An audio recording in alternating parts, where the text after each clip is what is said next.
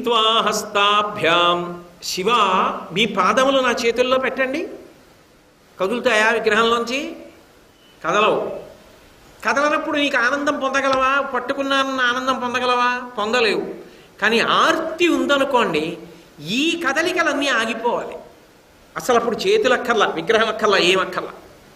మనసుని నియంత్రిస్తే, అందుకే చిత్తవృత్తి నిరోధక యోగం అని మొదలుపెట్టాను నేను. కళ్ళు మూసుకొని శంకరుడి పాదములొక్కటే కనపడాలి. అంటే ఇప్పుడు దాని వేగమంతా తగ్గాలి. తగ్గి వేగమంతా దేని వైపుకి వెళ్ళాలి? ఆ పాదములను బాగా స్ఫుటంగా చూడాలి. అదిగో స్వామి తెల్లటి కుడి పాదం, ఎడం పాదం, ఆ చందనం అలంకృతం అయ్యింది, దాని మీద పారాణి పెట్టబడి ఉంది. వశిష్ఠాది మహర్షులు పూజ చేసినటువంటి పారిజాత పుష్పములు, సంపంగి పూలు మొదలైన పువ్వులన్నీ కూడా ఆయన పాదముల మీద ఉన్నాయి. ఆ పాదములకు సహజంగా తామర పూల వాసన ఉంది అనుకుని బాగా దగ్గరగా జరిగి ఆయన పాదపీఠం మీద 2 పాదాలు పెట్టుకుంటేనే 2 చేతులు ఇలా చాపి గృహీత్వా హస్తాభ్యాం, స్వామి మీ పాదాలు ఇలా చేతిలో పెట్టరా అన్నాను అనుకోండి. సరేరా అని ఆయన 2 పాదాలు ఎత్తి ఇలా చేతుల్లో పెట్టాడు అనుకోండి. ఓసారి బరువు ఎంత ఉందని ఇలా చూస్తానా? ఇలా పట్టుకుని ఆయన పాదముల యొక్క అరికాళ్ళు నా చేతులకి తగులుతుంటే పరవశమైపోయి చల్లటి తండ్రి ఆనందపడిపోయి గృహీత్వా హస్తాభ్యాం శిరసి నయనే, ఎంత విచిత్రంగా వేశారో చూడండి. స్వామి ఒక్కసారి తల మీద పెట్టుకోవద్దా మీ పాదాలు? పెట్టుకోరా అన్నాడు. ఇంకా బాగా దగ్గరగా జరిగి నా తల మీద పెట్టుకోవడానికి ఆయన పాదాలు పైకి ఎత్తుతానా, నా తల కిందకి దించుతానా? తలని బాగా దించి పాదపీఠం మీద పెట్టండి స్వామి అంటే ఆయన చేతులతో ఎత్తి పెట్టలేనుగా. ఆయన 2 పాదాలు తల మీద పెట్టారనుకోండి, ఇదేమన్నా పీఠమా? గుండ్రంగా ఉంటుంది, జారిపోతుంటాయి.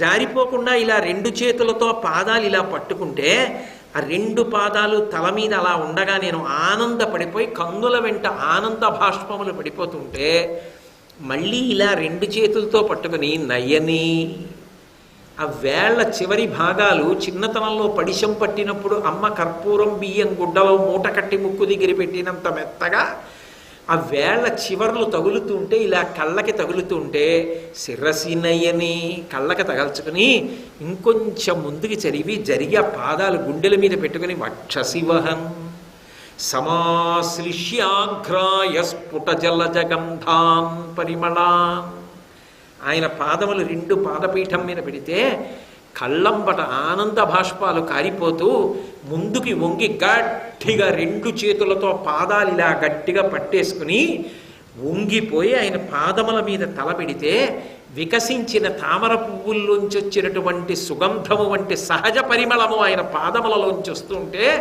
ఆ వాసన పీలుస్తూ మత్తెక్కిపోయి ఆయన ఆ పాదముల మీద అలాగే పడిపోయి ఆనందధారలు నా కంటి వెంట పడిపోతుండగా ఎందుకురా నాన్న అని శంకరుడు 2 చేతులు నా తల మీద పెట్టి ఉంటే అలభ్యాం బ్రహ్మాద్యై ముదమనుభవిష్యామి హృదయే, బ్రహ్మాదులకు లభించని ఆ ఆనందం ఈశ్వరా నేను ఎప్పుడు పొందుతాను అంటే. ఇప్పుడు నాకు ఒకటి చెప్పండి, ఇప్పుడు వేగము నియంత్రింపబడాలి, మనసుకి ఒక చోట నిలబడిపోవాలి, ఆ ఆనందం అనుభవించాలి. అది పాదయోహో పాద్యం సమర్పయామి అన్నాడు. ఆ ధ్యానమునందు ఆ యోగమునందు అలా అయిపోయాడు. ఒకటైపోతే యోగం అంటారు. మనస్సు, వాక్కు, క్రియ అన్నీ ఒకటైపోయాయి. అనేన యుజ్యతే ఇది యోగ అని పతంజలి. అనేకముగా ఉన్నవి ఒక్కటైపోయాయి. ఆ పాదములు వినా ఇంకొకటి కనపట్టలేదు. అప్పుడు ఆనందము బయట నుంచి లోపలికి రాదు. లడ్డూ తింటే వచ్చే ఆనందం లడ్డూ వలన బయట నుంచి వచ్చింది. మల్లెపూల వాసన వలన ఆనందం మల్లెపూలు ఉండడం వల్ల బయట నుంచి వాసన వచ్చి ఆనందం వచ్చింది. ఈ ఆనందం ఇక్కడే ఉన్నది పైకి పొటమరించింది. అది నిత్యానందకరి. ఆ యోగమునందు అనుభవించిన ఆనందము తరుగులేని ఆనందం. అందుకని దానికి మొదలది శ్లోకం, ఆ ప్రార్థనకి, ఆ స్తుతికి. అలా అమ్మ ఆనందాన్ని ఇవ్వగలిగినటువంటివి తల్లివి నువ్వే. ఎందుకని కదలికలన్నీ అమ్మవారు. ఈ కదలికలన్నీ కూడా నియంత్రింపబడిపోయి ఆ కదలికలన్నీ భగవంతుని యొక్క పాదముల దగ్గర ఆగిపోవాలి. ఆగిపోయి నేను రమించిపోయి పరవశించిపోవాలి.